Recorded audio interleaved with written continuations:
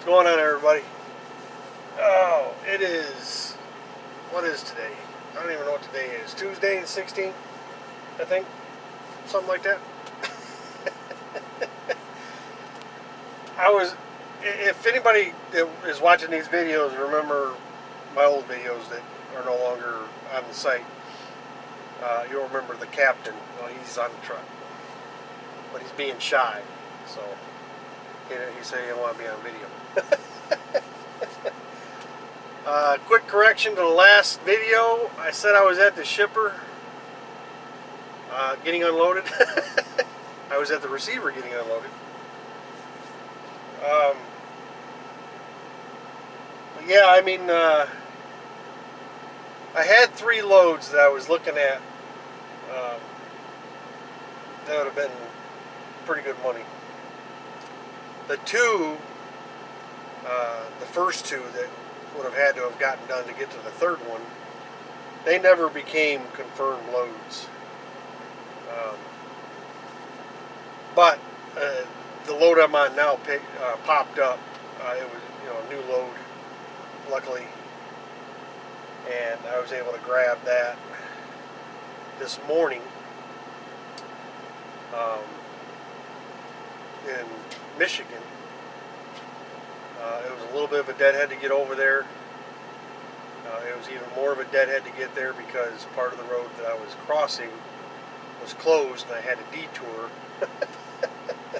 And it was about a 12-15 mile detour. But it took forever because they had us going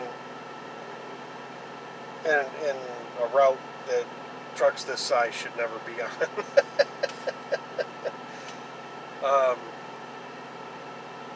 So yeah, but I mean, we got the load picked up this morning. It was supposed to be a preloaded trailer. The facility is actually the shipping side of the facility for this company is actually operated by Schneider. But when I got there, it ended up becoming a live load because it wasn't ready. So I ended up having to back into a dock door in a relatively smallish parking lot. It wasn't that bad though. It was actually pretty easy in and out. To get loaded, which with Schneider, no matter if you're owner operator or company, the workflow system they use, if a change is made to the workflow system, you have to update it or let them know so they can change what you do, because it's a step by step, accepted change request for change of work, I think it's called, if it's necessary. And then if you're dropping an empty, it's got to be like that. So obviously says it changed from a loaded trailer, which would have been a drop and hook, drop and empty, pick up loaded, and it changed to a live load. Well, the process changed. You have to let them know so they can change your workflow setup. Yeah. It's simple. It's actually not a bad. It's better than clicking on all the different macros because everything's right there and you just hit each step. Got here at the Loves. We're actually at the Loves on I-65. Just as you come into Tennessee. I like stopping here because it's got a Mexican restaurant across the street, and the food there is really good, and the prices are good. It's comparable to anybody else. Trying to think what else is going on. But since those 3 loads didn't pan out, and I got this load, I do have a couple loads because you can mark the loads as favorites. And then you can go into your favorites and look at them again or whatever, or request them. So I got a couple I put in favorites. There's one that's not a confirmed load that I'm waiting to see if it becomes a confirmed load. hopefully, I'll check it again before I hit the hay. And then first thing in the morning, but if that doesn't work out, I already, like I said, I have a couple loads in favorites. Now, if somebody books those loads, it comes out of your favorites. It comes off the load board. So you'll know if somebody took the load. Still getting used to things. Trying to figure out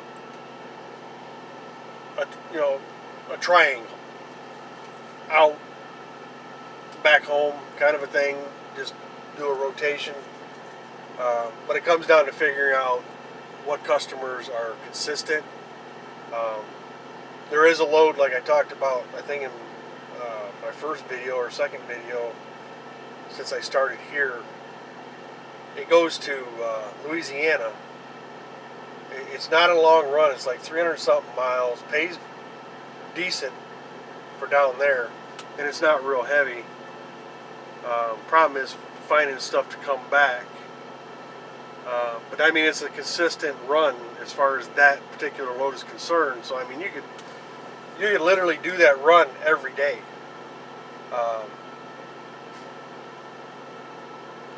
But I mean, it's like this load here. I picked up this morning. It delivers tomorrow morning. It's well over $1,000, and it's a little over 24 hours of work. That's what I prefer. But you're not always going to be able to find those, so you gotta look at everything else, and that's the thing. I got to get used to, and anybody that would come here would have to get used to, because you don't have a dispatcher, and they're not planning on holding your hand. So I mean, it's just, you're just gonna, like, every time I stop, I'm back on the load board, studying it, trying to figure it out, get used to seeing certain loads in certain locations consistently, and figuring out, obviously anything going to the East Coast pays good. There's a couple loads that go out to Massachusetts pay really, really good, but I've done a search around the area where this load would deliver, and it's going to pay nothing to come back out of there, because there's really no freight there. So I mean, that's another thing you got to take into account. Plus, again, you're on the East Coast, your fuel costs are going to go up. You're going to hit good chance you're going to hit a toll road here and there, so that's a cost. Parking can be spotty, and if there is parking, it generally doesn't last too long because it is the East Coast, and there's a lot of trucks out there because the East Coast consumes a lot of goods. So I mean, it's just what dollar value do I see making it worthwhile to go out there? And I've seen that number on the load board. Unfortunately, they would pick up today where I'm going. That doesn't work because I'm not there, and I'm already under load on this. So again, this load pays really, really good, and it was a simple. Even though it was a live load, it was still wasn't all that complicated. It took me an hour to get out of there. And it's really light because it's only like 4 skids, which is nice. I mean, my fuel mileage keeps ticking up. So, and I've been driving a 64, 65 because I know I'm light. And I've been fighting a headwind all day because it's been windy as all get out ever since we hit Ohio. And it's still windy, and there's got storm warnings out for where we are. It looks for the most part it's going north of us though. But yeah, got a chance to chit chat with B Jizzle last night. Man, it was good talking to you. Haven't had a conversation in a long time. It's good to hear you're doing good and you like where you're at for the moment. Like I told KB Smooth, when you want to start picking your own loads, and you want a nice truck, we're here. You just gotta use the headache of trying to pick your own loads. But I wouldn't. What a person does, hey, I'm all for it. Everybody's got a different view on what they want to do, and that's the way it should be. Because the last thing I'd want to do is tell somebody something and they end up over here and they don't like it like I do. I don't see why you wouldn't, but I mean that's all. Everybody's got their own feel for things. But again, good talking to you. KB Submooth, if you don't stop working out, you're killing me, dude. Every time I watch your videos, you make me tired. So you got to stop. Other than that, we're done. Hey, by the way, B Jizzle, I'm looking at a JR Shugo truck right now. Black Kenworth. See what kind of trailer they're hauling. Oh, Camper World. Yep, still got that account. What do you know? But yeah. As always, I appreciate you guys taking the time. Be safe. We'll talk to you.